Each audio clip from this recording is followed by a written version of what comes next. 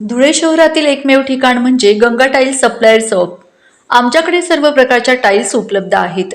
यामध्ये ceramics, oil tiles, floor tiles, vitrified tiles, steps and riser tiles, parking tiles, kitchen sink, sanitary ware इत्यादी। आपल्याला परवडणार अशा दरात आमच्याकडे टाइल्स उपलब्ध आहेत। यासाठी एकदा अवश्य भेट द्या।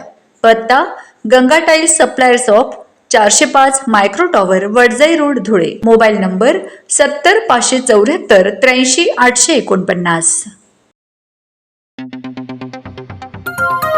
आपण बघत आहात डिजिटल इंडियाचे डिजिटल न्यूज। ठाम मत मराठी न्यूज। नमस्कार, आजच्या ठळक बातम्या। धुळ्यात आरोग्य व पाणी पुरवठा सुविधांना बळ। कृष्णनगर आरोग्य केंद्र आणि सैनिक कॉलनी जलकुंभाचे लोकार्पण। आमदार अनुप अग्रवाल यांच्या हस्ते विकास कामांचे उद्घाटन। नागरिकांमध्ये समाधानाचे वातावरण। धुळे महानगरपालिकेच्या माध्यमातून नागरिकांच्या आरोग्य व पाणी पुरवठा सुविधा अधिक सक्षम करण्याच्या दृष्टीने उभारण्यात आलेल्या 2 महत्त्वाच्या प्रकल्पांचे लोकार्पण आमदार अनुप अग्रवाल यांच्या हस्ते करण्यात आले।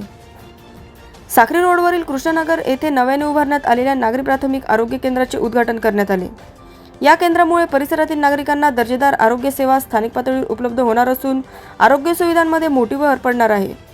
तसेच देवपूर परिसरातील सैनिक कॉलनी येथे महानगरपालिकेच्या माध्यमातून उभारण्यात आलेल्या पंपिंग स्टेशन व जलकुंभाचेही लोकार्पण करण्यात आले। या प्रकल्पामुळे परिसरातील पाणीपुरवठा व्यवस्था अधिक सक्षम होऊन नागरिकांना नियमित व सुरळीत पाणीपुरवठा मिळण्यास मदत होणार आहे। यावेळी महापौर मायादेवी परदेशी, महानगरपालिका आयुक्त नितीन कापडणीस, उपमहापौर ज्योत्स्ना पाटील, स्थायी समिती सभापती लताबाई पोद्दार यांच्यासह पदाधिकारी, अधिकारी, कर्मचारी व मोठ्या संख्येने नागरिक उपस्थित होते। या प्रसंगी उपस्थित मान्यवरांनी शहराच्या विकासासाठी सुरू असलेल्या विविध प्रकल्पांची माहिती देत नागरिकांच्या मूलभूत सुविधांना प्राधान्य दिले जात असल्याचे सांगितले।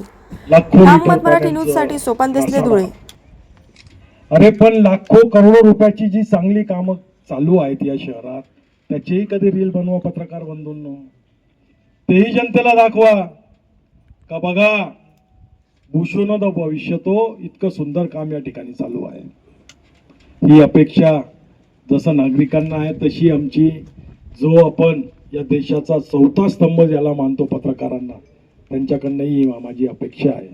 आणि असो, परंतु नागरिकांना आज एकच शब्द या ठिकाणी मी देतो का तुम्ही फार माझ्यावर भरोसा केलेला आहे। माझ्या माय मावल्यांनी मला भाऊ समजलेला आहे। माझ्या ज्येष्ठांनी मला आशीर्वाद देऊन भूतो न भविष्यतो या शहरात एवढे मतं आजपर्यंत इतिहासात कोणालाच मिळालं नाही, तेवढ्या मतांनी तुम्ही मला निवडून दिलेला आहे। त्याबद्दल मी तुमचा आभारी तर आहे, परंतु तुमच्या या विश्वासाला मी बिलकुल तडा जाऊ देणार नाही। मी या शहराचा विकास करेल आणि करणारच। महाराष्ट्रातील ताज्या घडामोडींसाठी पाहत रहा ठाम मत मराठी न्यूज। तसेच आमच्या चॅनलला लाईक, शेअर, सबस्क्राईब करायला विसरू नका।